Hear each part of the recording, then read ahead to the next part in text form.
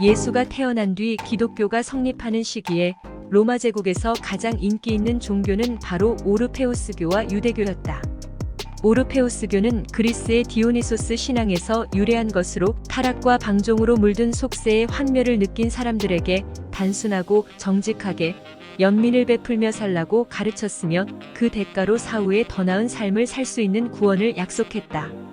로마 제국의 혼란이 심해질수록 오르페우스교의 인기는 더욱 높아졌다.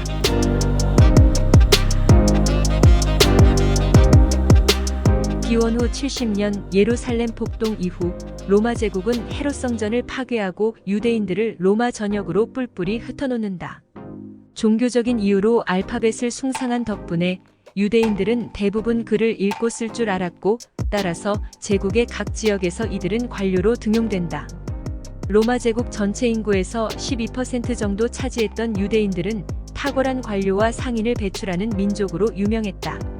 사회적 지위를 어느 정도 확보한 유대인들은 자신들의 종교를 확산시키기 위해 노력했다. 어쨌든 근면하게 일하고 공부하는 것을 높은 가치로 여기며 가족과 약자를 배려하는 유대교 교리는 당시 어떤 종교보다도 고차원적이고 세련된 것이었다. 하지만 할례라고 하는 끔찍한 통과 의례 때문에 이방인들을 개종시키는 데에는 그다지 성공하지 못했다.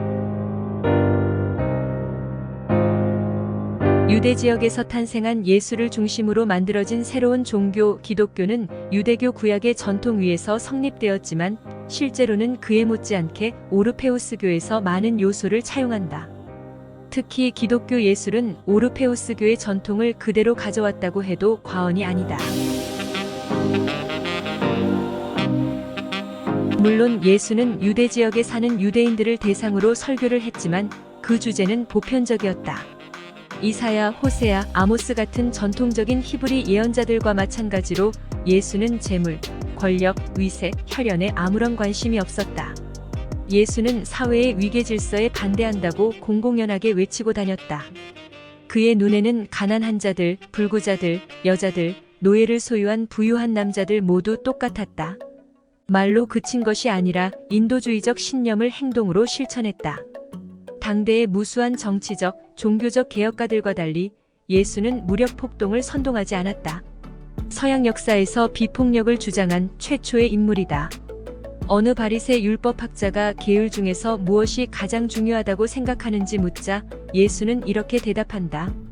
내 마음을 다하고 목숨을 다하고 뜻을 다하여 주님이신 너희 하느님을 사랑하여라. 이것이 가장 크고 첫째가는 계명이고 내 이웃을 내 몸같이 사랑하여라 한 둘째 계명도 이에 못지않게 중요하다. 이 두 계명이 모든 율법과 예언서의 골자다. 이웃에 대한 조건 없는 사랑을 최상의 계율로 꼽은 예수의 이 대답은 그야말로 인식의 혁명이었다. 율법을 따르지 않는다고 비난하는 바리새들에게 예수는 의례에 신경 쓸 시간에 진리에나 신경 쓰라고 훈계한다. 율법학자들과 바리새 사람들은 율법이라는 무거운 짐을 꾸려 남의 어깨에 메어놓고는 자기들은 손가락 하나 까딱하려 하지 않는다. 이 어리석고 눈먼 놈들아. 정의 자비 신의 같은 진정 중요한 율법은 왜 대수롭지 않게 여기느냐. 겉으로만 올바른 사람처럼 보일 뿐 속은 위선과 사악함으로 가득 찬 너희가 바로 선지자들을 죽인 놈들의 후손이라. 이 뱀 같은 자식들아, 독사 같은 족속들아. 예수는 또한 돈과 재물은 영적인 삶과 아무 관계가 없다고 단언한다. 온 세상을 얻는다 해도 제 영혼을 잃고 이윤을 얻는다면 무슨 소용이 있겠느냐? 사람의 영혼을 무엇과 바꿀 수 있다는 말이냐? 예수의 가르침은 특히 여자들을 사로잡는다. 그는 다정하고 존중하는 마음으로 여자들을 대했다. 병약한 노파에게도 매춘부에게도 간통을 저지른 부인에게도 마찬가지였다.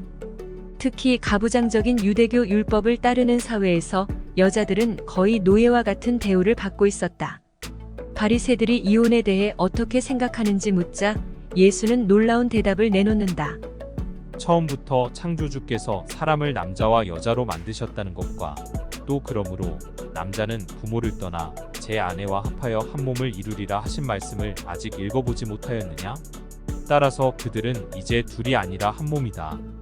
그러니 하느님께서 짝지어 주신 것을 사람이 갈라놓아서는 안 된다.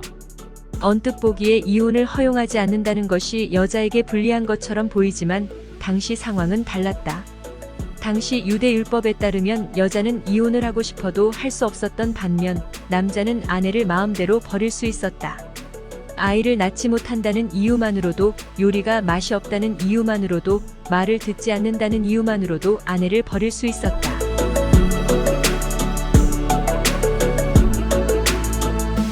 예수가 죽고 난 뒤 예수의 가르침을 따르고자 하는 사람들이 생겨난다. 자발적으로 모인 이들은 예수가 살아있는 동안 남긴 말과 행동을 기억하며 사랑, 관용, 평등, 연민의 가치를 구현하는 삶을 살기 위해 노력했다.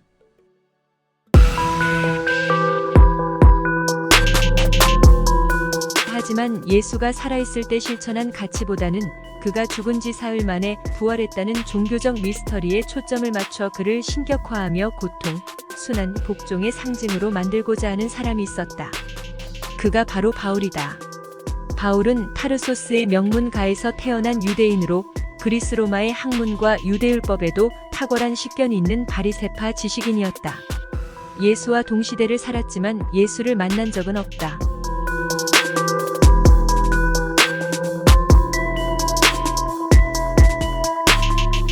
기독교를 로마 전역에 전파하는 것을 자신의 사명으로 받아들인 뒤 그는 자신의 이름을 사울에서 바울로 바꾼다.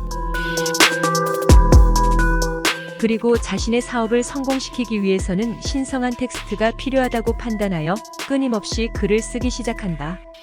그의 글은 기독교에 관한 최초의 텍스트가 되었고 이 글의 영향을 받아 예수의 행적을 기록한 복음서들이 작성된다.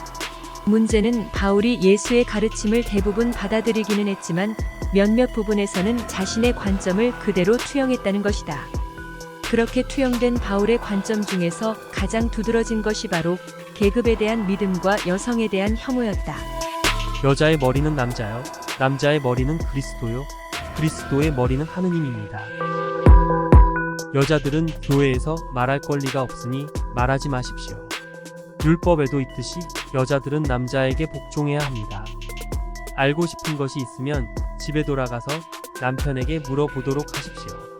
여자가 집회에서 말하는 것은 스스로 수치라 여겨야 합니다.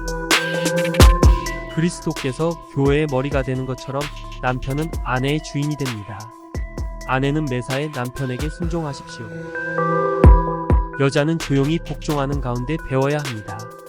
나는 여자가 남을 가르치거나 남자를 지배하는 것을 허락하지 않습니다. 여자는 자고로 침묵을 지켜야 합니다. 바울은 노예든 사기꾼이든 범죄자든 어떤 민족에 속하든 그리스도를 받아들이기만 하면 회중 앞에 나서서 설교할 수 있는 자격을 주었다.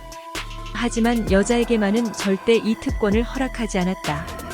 이러한 차별적인 바울의 교리는 모든 이를 평등하게 대하라는 예수의 가장 중요한 가르침을 거스르는 것이었다. 이러한 모순을 지적하면 바울은 이브가 원죄를 지었기 때문에 우리 인간이 불행해졌다고 맹비난함으로써 자신의 주장을 정당화했다. 예수의 가르침을 깊이 이해하고 따르던 여자 신도들은 교회에서 뒤치다꺼리나 하는 사소한 역할로 밀려날 수밖에 없었다.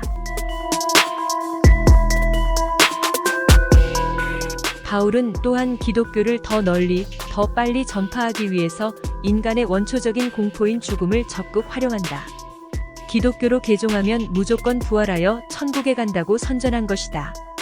여기서 핵심은 아무리 타락하고 방탕한 삶을 살았더라도 죽기 전에 그리스도의 신성을 인정하고 믿기만 하면 모조리 용서받고 천국에 간다는 것이다. 이처럼 묻지도 따지지도 않고 삶의 행적을 지워주고 신분을 세탁해주는 종교는 인류 역사상 존재한 적이 없었다. 그리고 바울은 그 누구든 기독교로 개종할 수밖에 없는 아주 강력하고 급박한 주장을 하나 덧붙인다. 바로 세상의 끝이 눈앞에 다가왔다는 종말론이다. 그리스도가 재림하는 순간 이승의 지위, 재산, 권력은 순식간에 날아간다는 주장이다. 이는 당시 흉흉한 시대에 상당히 많은 이들을 솔깃하게 만들었다. 이제 때가 얼마 남지 않았으니 이제부터는 아내가 있는 사람은 아내가 없는 사람처럼 살고 물건을 산 사람은 그 물건이 자기 것이 아닌 것처럼 생각하고 우리가 보는 이 세상은 사라져가고 있기 때문입니다. 마라나타, 주여 어서 오소서. 기독교는 이름 그대로 살아있는 예수를 믿는 종교가 아니라 죽었다 부활한 그리스도를 믿는 종교단. 실제로 살아있는 예수를 믿다가 이단으로 몰려 교회에서 쫓겨나는 모습을 지금도 자주 볼 수 있다. 아무것도 글로 남기지 않은 예수와 달리 바울은 중요한 것은 무조건 글로 남겨야 한다고 생각했다. 어쨌든 바울의 천재적인 교리 설계와 전도 전략 덕분에 기독교는 가장 성공한 세계 종교가 되었다. 인간의 원초적 공포를 자극하는 모순된 교리는 엄청난 성공을 안겨주었지만 동시에 인류 역사에 참혹한 비극을 초래한 원인이 되기도 하였다. 무엇보다 기독교가 도래한 이후 여성들의 지위는 2등 시민으로 추락하였고 이러한 상황은 지금까지 이어지고 있다.